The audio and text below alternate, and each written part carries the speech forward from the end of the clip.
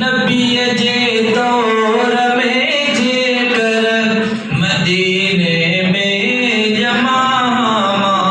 अदा सभी ताला तो मुझे जानी लेकिन हमारे का नाम पढ़ा तो इनका वती लेकिन हमारी का तो भले के लाए खामोश थी मोहब्बत साहब तो सुभान अल्लाह नबी जे तौर में जेकर